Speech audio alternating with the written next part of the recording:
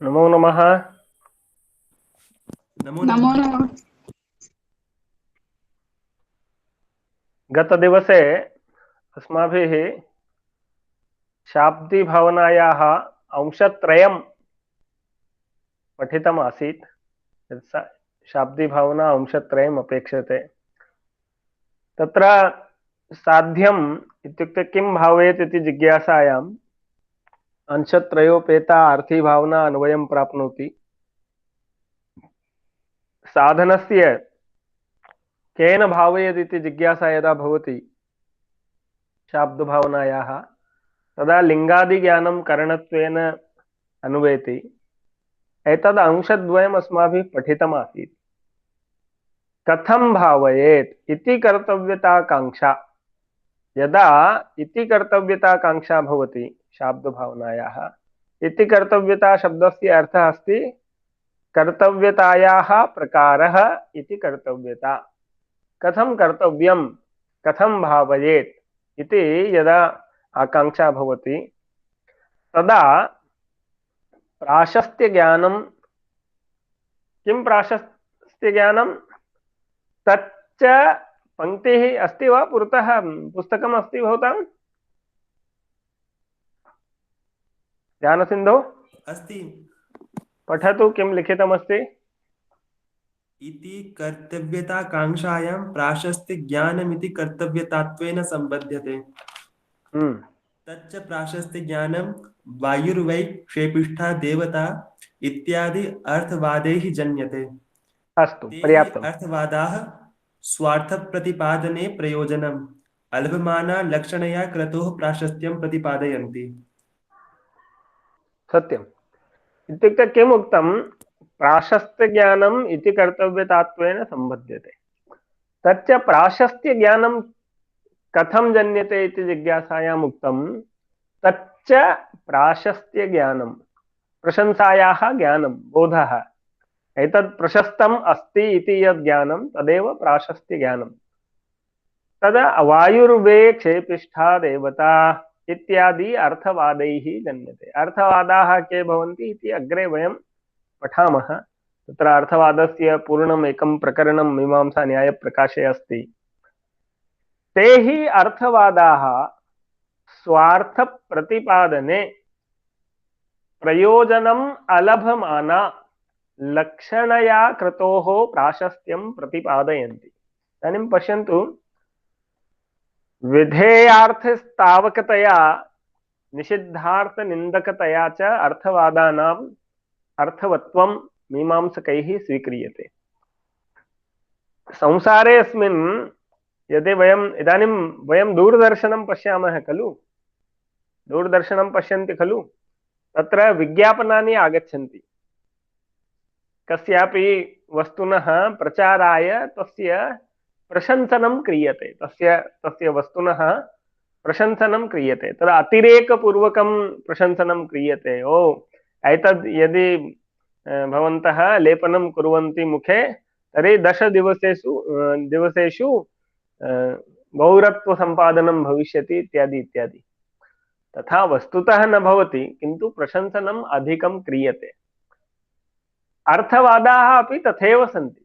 स्वार्थप्रतिपादने प्रयोजनम् अलभमाना। इदानीं वायुर्वै क्षेपिष्ठा देवता इत्यस्य मुख्यार्थः यदि गृह्यते तर्हि अस्ति वायुः शीघ्रगामी देवता अस्ति।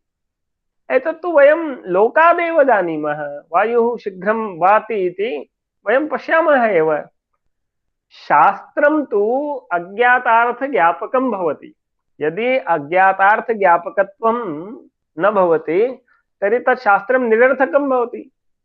यदस्माभिः लोकतः एव ज्ञायते, दृष्टतः एव ज्ञायते, तर्हि तस्य एव प्रतिपादने शास्त्रस्य किं वा प्रयोजनं? वायुः शीघ्रगामी देवः इति प्रतिपादने वेदस्य किं तात्पर्यं स्यात्? यतोहि यदि एषः मुख्यार्थः एव यदि स्वीक्रियते तर्हि तु ज्ञातार्थज्ञापकत्वं भविष्यति। मीमांसकानां तु सिद्धान्तः अस्ति यत् प्रमाणम् अज्ञातार्थज्ञापकमेव भवति। यदि एतद् ज्ञातार्थज्ञापकमेव अस्ति तर्हि एतस्य प्रामाण्यमेव न स्यात् अर्थवादवाक्यस्य। तर्हि कदाचित् एषः प्रश्नः भवितुम् अर्हति, यदि अर्थवादवाक्यस्य प्रामाण्यं नास्ति चेत् का हानिः? तदानीं मीमांसकाः कथयन्ति न, एवं न वदन्तु। किमर्थं? स्वाध्यायो अध्येतव्यः इति एषः विधिः सर्वस्य अपि वेदस्य अध्ययनं कर्तव्यम् इति प्रतिपादयति। तर्हि सर्वे वेदे तु विधिवाक्यानि अपि सन्ति, अर्थवादवाक्यानि अपि सन्ति, निषेधवाक्यानि अपि सन्ति। तर्हि सर्वस्य वेदस्य अध्ययनं प्रतिपादयति विधिः, तर्हि अर्थवादवाक्यस्यापि अध्ययनं कर्तव्यम्। यदि अर्थवादवाक्यं निरर्थकमस्ति तर्हि विधिः किमर्थं निरर्थककर्मणि प्रेरयिष्यति? यदि विधिः निरर्थककर्मणि निष्प्रयोजनकर्मणि कमपि प्रेरयति तर्हि विधिवाक्यस्यापि प्रामाण्यं गच्छति। एवं सर्वस्यापि वेदस्य अप्रामाण्यापत्तिः भवेत्। अतः यतो हि स्वाध्यायो अध्येतव्यः इति विधिवाक्येन सर्वस्य वेदस्य अध्ययनं कर्तव्यम् इति उक्तम्। अतः सर्वोऽपि वेदः प्रयोजनवद् अर्थपर्यवसायी भवति इति स्वीकर्तव्यं भवति। तदर्थं किं कर्तव्यम्? एतेषाम् अर्थवादवाक्यानां लक्षणया प्राशस्त्यं विधेयस्य कर्मणः प्राशस्त्यं स्वीक्रियते। इत्युक्ते विधिवाक्येन यस्य कर्मणः विधानं कृतम् अर्थवादवाक्यं तस्य प्रशंसनं करोति, अथवा निषेधवाक्येन वेदेन यस्य अनिष्टदायकस्य कर्मणः निषेधः कृतः तस्य निन्दनं करोति इति कृत्वा, यथा प्रशंसनस्य उदाहरणं तु अत्र भवतां पुरतः एव अस्ति। वायुर्वे क्षेपिष्ठा देवता। किमस्ति? एकं विधिवाक्यमस्ति। वायव्यं श्वेतमालभेत भूतिकामः। यः भूतिकामः जनः अस्ति तेन श्वेतगुणवता द्रव्येण वायव्यदेवता को यागः कर्तव्यः इति विधिवाक्यं। तद् विधिवाक्यं श्रुत्वा अपि यदा कश्चित् जनः तस्मिन् भूतिप्रदायके समृद्धिप्रदायके यागकर्मणि प्रेरितः न भवति, तदानीम् एतद् अर्थवादवाक्यं श्रूयते। वायुर्वै क्षेपिष्ठा देवता। यतः वायुः शीघ्रगामी देवता वर्तते, अतः यदि भवान् वायुदेवताकं यागं करिष्यति तर्हि शीघ्रमेव फलं प्राप्स्यति इति तात्पर्यम् अवगच्छति। एतद् वाक्यं श्रुत्वा, वायुर्वे क्षेपिष्ठा देवता इति वाक्यं श्रुत्वा, विधिवाक्यं श्रुत्वापि यो जनः न प्रवृत्तः तस्य प्राशस्त्य ज्ञानं भवति। ओ एतद् प्रशस्तं कर्म इति कृत्वा सः तस्मिन् कर्मणि प्रेरितः भवति। अतः विधिना सह एकवाक्यता कारणतः अर्थवादवाक्यानामपि सार्थकत्वम् अस्ति, प्रामाण्यमस्ति इति मीमांसकाः स्वीकुर्वन्ति। एतदेव अग्रे स्पष्टतया उक्तम्। स्वार्थमात्रपरत्वे अनर्थक्य प्रसंगात्। यदि अर्थवादानां स्वार्थमात्रं नाम अभिधेयार्थमात्रं मुख्यार्थमेव स्वीक्रियेत तर्हि तु अनर्थक्य प्रसंगः भविष्यति। न च इष्टापत्तिः। अनर्थक्यं भवतु, तद् इष्टम् अस्माभिः इति न वक्तव्यम्। अत्र इष्टापत्तिः न कर्तव्या। किमर्थम्? अध्ययनविधिना। कः अध्ययनविधिः? स्वाध्यायो अध्येतव्यः इति एषः अध्ययनविधिः। एतेन अध्ययनविधिना सर्वस्यापि वेदस्य अध्ययनं कर्तव्यम्। अतएव आपदेवः कथयति स्वाध्यायो अध्येतव्यः इति अध्ययनविधिः सकलस्य वेदस्य अध्ययन कर्तव्यतां बोधयन् सकलस्य वेदस्य सर्वस्यापि वेदस्य अध्ययनं कर्तव्यम् इति बोधयति। अतः सर्वो वेदः सर्वोऽपि वेदः प्रयोजनवत् अर्थपर्यवसायी इति सूचयति। विधिना यदि किमपि कर्म विधेयतया उक्तं तर्हि तत् सर्वदा प्रयोजनयुक्तम् एव भवति, फलदायकम् एव भवति इति मीमांसकानां मतमस्ति। अत एव यत्र यत्र विधिवाक्येषु फलं न सूचितं तत्रापि स्वर्गादिकं फलं कल्प्यते मीमांसकैः। किमर्थं? विधेः सामर्थ्यम् अस्ति। निष्प्रयोजने कर्मणि विधिः कमपि पुरुषं न प्रेरयति। यदि अर्थवादाः निरर्थकाः स्युः तर्हि निरर्थकस्य अध्ययनस्य अनुपपत्तिः भवेत्। अत एव अर्थवादानां विधिना सह एकवाक्यता बलेन प्राशस्त्य ज्ञान प्रतिपादन दृष्टया अर्थवादवाक्यानां प्रामाण्यं मीमांसकैः स्वीक्रियते। इत्युक्ते इदानीम् एषः अंशः स्पष्टः। शाब्दी भावना अंशत्रयम् अपेक्षते। तत्र साध्याकांक्षायाम् अंशत्रयोपेता आर्थी भावना साध्यत्वेन अन्वेति, साधनाकांक्षायां लिंगादि ज्ञानं करणत्वेन अन्वयं प्राप्नोति संबध्यते इति कर्तव्यताकांक्षायां प्राशस्त्य ज्ञानम् इति कर्तव्यतात्वेन संबध्यते। एवं किं भावयेत्, केन भावयेत्, कथं भावयेत् इति आकांक्षात्रयं प्रत्येकं भावनायाः भवति। तस्याः आकांक्षायाः अत्र समाधानं कृतम्। इदानीम् अग्रे चलामः। ततः पूर्वं इदानीं पर्यन्तं यत् पठितं तस्य एकवारं पुनः स्मरणं कुर्मः। प्रथमदिवसे प्रथमकक्षायाम् अस्माभिः एतत् पठितमासीत् यद् मीमांसादर्शनस्य मुख्यं प्रयोजनं धर्मस्य निरूपणम् अस्ति। कश्चित् प्रवेशं वाञ्छति स्म।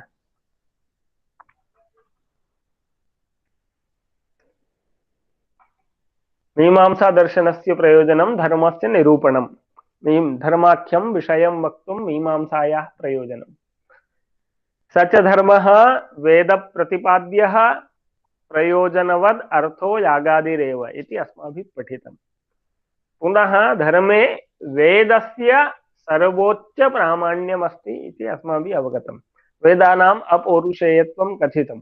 वेदस्य अध्ययनं सर्वं गुरुवध्ययनपूर्वकं वेदाध्ययन सामान्यात् अधुना अध्ययनं यथा इति वार्तिक दृष्ट्या वेदानाम् अपौरुषेयत्वं साधितम्। पुनः इदानीम् अर्थवाद निरूपण संदर्भे नाम यदा इति कर्तव्यताकांक्षायां शाब्दभावनायाः इति कर्तव्यताकांक्षायां प्राशस्त्य ज्ञानं संबध्यते इति यदुक्तं तत्र प्राशस्त्य ज्ञानम् अर्थवादवाक्यैः जन्यते। अर्थवादवाक्यानाम् अपि सार्थकत्वं प्रतिपादितं विधिना सह एकवाक्यता बलेन। एतद् इदानीं पठितम्। अतः सर्वो वेदः प्रयोजनवद् अर्थपर्यवसायी इत्युक्ते सर्वोऽपि वेदः प्रयोजनयुक्तस्य अर्थस्य प्रतिपादनं करोति इति मीमांसकानां स्पष्टं मतमस्ति। एतावत् पर्यन्तम् अस्माभिः पठितः। तर्हि सर्वोऽपि वेदः प्रयोजनवद् अर्थपर्यवसायी इति यदुच्यते तर्हि सः वेदः कतिविधः? पञ्चविधः। स च वेदः पञ्चविधः। तद् यथा वेदः पञ्चधा विध्यर्थवाद मंत्रनामधेय निषेध भेदात्। पश्यन्तु अत्र चित्रे मध्ये विधिः दृश्यते। तं विधिं परितः मंत्रनामधेय निषेधार्थवादाः दृश्यन्ते। एतदर्थं निर्मितमस्ति यद् केन्द्रीभूतं तत्त्वमस्ति विधिवाक्यमेव। अत एव अहम् उक्तवान् आसम् यद्यपि वेद प्रतिपाद्यः प्रयोजनवद् इति लक्षणं कृतं तथापि तत्र सूत्रलक्षणे यदुक्तमस्ति चोदनालक्षणो अर्थो धर्मः, तत्र चोदनाशब्देन साक्षात् विधि एव गृह्यते। यद्यपि अन्येषामपि अर्थवादादीनां प्रामाण्यम् अस्ति, किन्तु कदा, यदा एतेषां विधिना सह एकवाक्यता भवति तदा। अतः विधिः, अर्थवादः, मन्त्रः, नामधेयं, निषेधः एवं पञ्चविधः वेदः मीमांसकैः स्वीकृतः। अत्र वेदाः पञ्च सन्ति इति नास्ति, प्रकारदृष्ट्या वेदवाक्यानि पञ्चविधानि सन्ति इति तात्पर्यम् अस्ति। स्पष्टमस्ति? इदानीम् अग्रे मीमांसा न्यायप्रकाशे एतेषां पञ्चानामपि वेदभागानां निरूपणं शास्त्रकारः करिष्यति। आदौ विधिभागस्य, अनन्तरं पुनः अर्थवादस्य, मन्त्रस्य, निषेधस्य एवं क्रमशः एतेषामेव निरूपणम् अस्ति। मीमांसा न्यायप्रकाशे वेदस्य पञ्चभागानामेव निरूपणम् अस्ति। तत्रैव मीमांसा शास्त्रस्य विविधप्रकरणेषु ये सिद्धान्ताः सन्ति तेषां समाहारः आपदेवेन कृतः अस्ति। तर्हि एतेषु पञ्चसु वेदभागेषु सर्वादौ विधिं लक्षयति ग्रन्थकारः। तत्र विधिः प्रयोजनवद् अर्थविधानेन अर्थवान्, स च अप्राप्तम् अर्थं विधत्ते। सः विधिः, पुल्लिंग शब्दः अस्ति विधि। कदाचित् हिंदी भाषायां विधि अच्छी है इति जनाः वदन्ति, स्त्रीलिंगे प्रयोगं कुर्वन्ति, किन्तु संस्कृतभाषायां तु विधिः पुल्लिङ्गशब्दः। अत एव स च इति उक्तं। यदि स्त्रीलिंगे स्यात् तर्हि सा च इति स्यात्। अस्तु, तत्र इत्युक्ते वेदस्य पञ्चसु भागेषु कः विधिः इति जिज्ञासायां कथयति श्रीमान् आपदेवः। प्रयोजनवद् अर्थविधानेन अर्थवान् विधिः। यः प्रयोजनयुक्तं फलयुक्तं अर्थं विदधाति, प्रयोजनयुक्तस्य अर्थस्य विधानं करोति, अतएव अर्थवान् अस्ति, सार्थकः अस्ति। निरर्थकस्य प्रामाण्यं न स्वीक्रियते, सार्थकमस्ति। स च अप्राप्तम् अर्थं विधत्ते। सः विधिः अप्राप्तस्य इत्युक्ते अत्र अंशद्वयम् अभवत्। पश्यतु, प्रथमपङ्क्तौ उक्तं प्रयोजनवद् अर्थविधानं करोति इति एकं, द्वितीयपङ्क्तौ अस्ति स च अप्राप्तम् अर्थं विधत्ते, अप्राप्तस्य विधानं करोति। तर्हि अप्राप्तस्य प्रयोजनयुक्तस्य अर्थस्य विधानं यः करोति सः विधिः इति तात्पर्यम्। मीमांसा न्यायप्रकाशोक्तलक्षणेऽस्मिन् विधेः वैशिष्ट्यद्वयम् अवगम्यते। एकं तु वेदभागो विधिः सर्वदा प्रयोजनवद् अर्थं विधत्ते इत्युक्ते निष्प्रयोजने फलरहिते कर्मणि विधिः कमपि न नियोजयति। विधिः तादृशस्य कर्मणः विधानं कदापि न करोति यस्य किमपि प्रयोजनं न स्यात्, यस्य किमपि फलं न स्यात्। निरर्थकस्य कर्मणः विधानं न क्रियते विधिवाक्येन, सर्वदा प्रयोजनयुक्तस्यैव अर्थस्य विधानं क्रियते इति एकम्।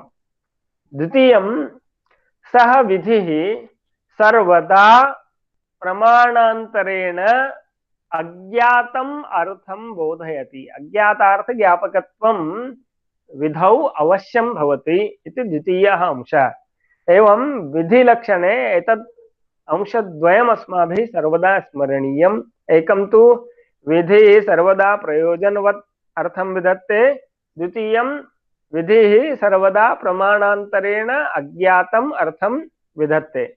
एतद्द्वयम् अवगन्तव्यम्। इदानीम् एकं किमपि विधिवाक्यं स्वीकृत्य एतस्य लक्षणस्य संगतिं कुर्मः। ग्रन्थकारेण उक्तं यथा अग्निहोत्रं जुहुयात् स्वर्गकामः। पश्यन्तु, अत्र अग्निहोत्रं जुह्यात् स्वर्गकामः इत्यत्र हू धात्वर्थः होमः तस्य होमस्य फलभावनायां करणत्वेन अन्वयः भवति। अतः होमेन स्वर्गं भावयेत्। भावना विशेषक शाब्दबोधः है। अग्निहोत्रं तस्य होमस्य नाम अस्ति, अतः अग्निहोत्र होमेन स्वर्गं भावयेत् इति वाक्यार्थबोधः भविष्यति। एतत् सर्वदा स्मरणीयं भवद्भिः यत् करणं तद् विधेयं भवति। इत्युक्ते विधेयस्य अर्थस्य करणत्वेन अन्वयः भवति भावनायां। फलभावनायां, फलभावना इत्युक्ते स्वर्गं भावयेत्, एषा फलभावना। स्वर्गः फलं, तर्हि इष्टं भावयेत्, फलं भावयेत्, स्वर्गं भावयेत्। तर्हि स्वर्गकामः, यः स्वर्गम् इच्छति सः अधिकारी अस्ति। तर्हि अत्र स्वर्गकामः इत्यनेन ज्ञायते स्वर्गः एतस्य कर्मणः फलम् अस्ति। तर्हि तत् फलं भावना विशेषक शाब्दबोधः मीमांसायां भवति इति अस्माभिः पूर्वम् उक्तं।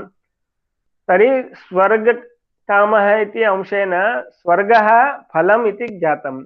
जुह्यात् इत्यत्र हु धात्वर्थः होमः। लिङ् अंशेन भावना उच्यते, आख्यात प्रत्ययेन भावना उच्यते।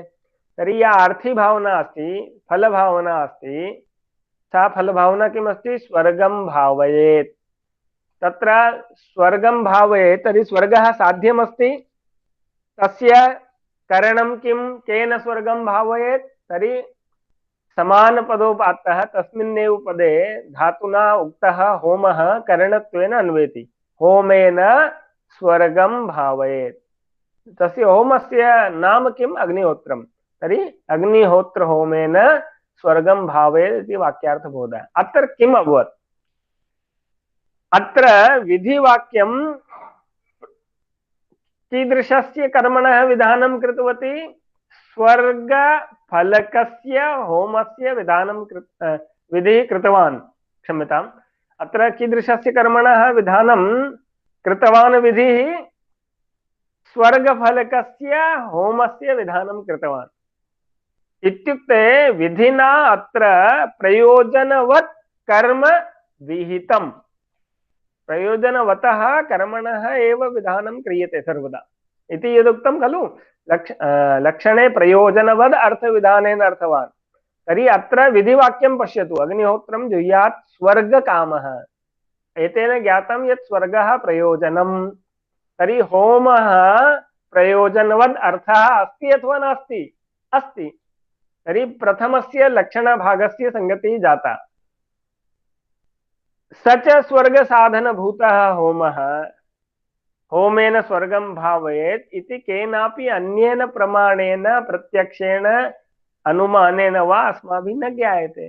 स्वर्गः प्रत्यक्षमेव नास्ति। तर्हि प्रत्यक्षस्य एव प्रवृत्तिः नास्ति, तर्हि अनुमानादीनां का कथा? अतः एषः होमः स्वर्गस्य साधनम् इति अन्येन केनापि प्रमाणेन अस्माभिः ज्ञातुं न शक्यते। तद् वेदवाक्येन एव ज्ञायते।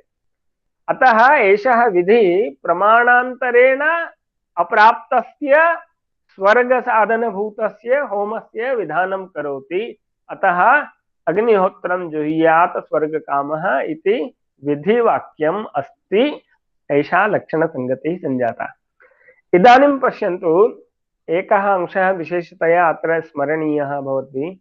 वस्तुतः अग्निहोत्रं जुहोति इति वेदवाक्यम् अस्ति, किन्तु भवतां सर्वेषां मीमांसायां प्रवेशः सुगमः भवतु इति कृत्वा अग्निहोत्रं जुह्यात् स्वर्गकामः इति वाक्यम् अत्र मीमांसान्यायप्रकाशकारेण प्रयुक्तमस्ति। यद्यपि अग्निहोत्रं जुहोति इत्यत्रापि यद्यपि जुहोति इति लट्लकारः एव प्रयुक्तः, किन्तु तस्य लिङ् अर्थः एव स्वीक्रियते मीमांसकैः इति एषः विशेषः अत्र अस्ति।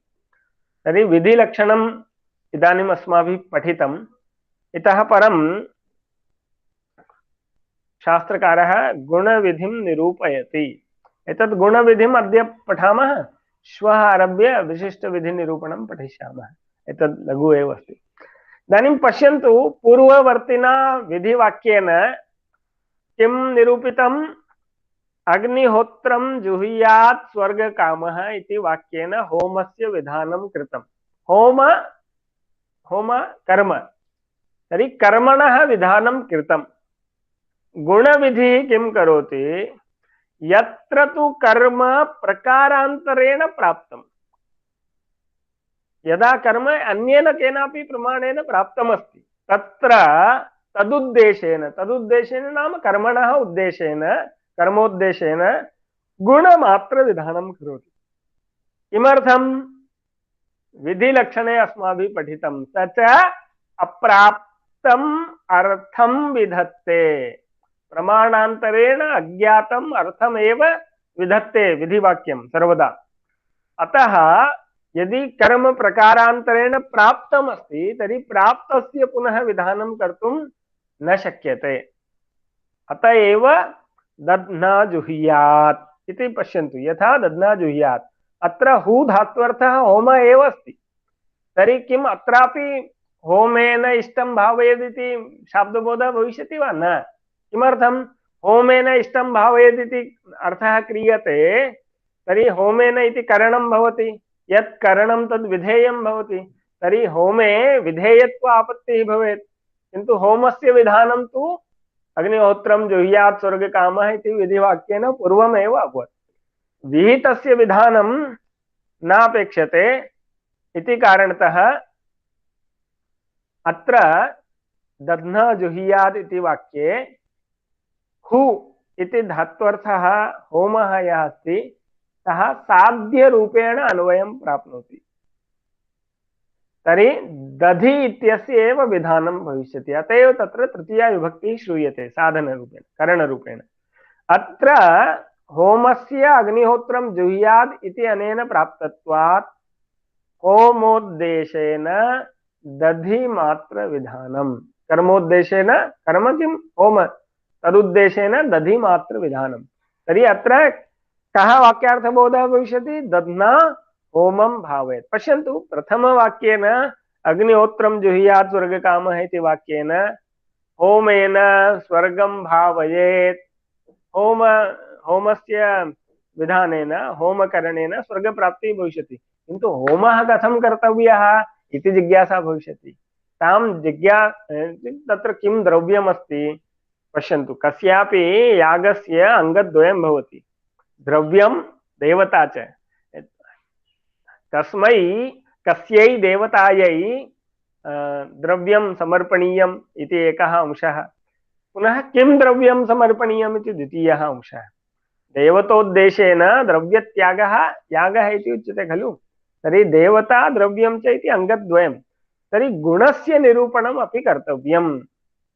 तर्हि द्रव्यं किं स्यात्? कथं होमं कथं भावेत् इति जिज्ञासायां गुणविधि गुणस्य विधानं करोति। दध्ना जुहुयात् इत्युक्ते दध्ना होमं भावयेत् इति शाब्दबोधः। एषः गुणविधिः अस्माभिः पठितः। इतः परं विशिष्टविधिः अस्ति। विशिष्टविधेः अध्ययनं श्वः वयं करिष्यामः। कश्चन प्रश्नः अस्ति तर्हि प्रष्टुं शक्नुवन्ति। अस्ति वा कस्यापि? नास्ति महोदय। अस्तु तर्हि श्वः पुनः समयेन आगच्छन्तु। धन्यवादः।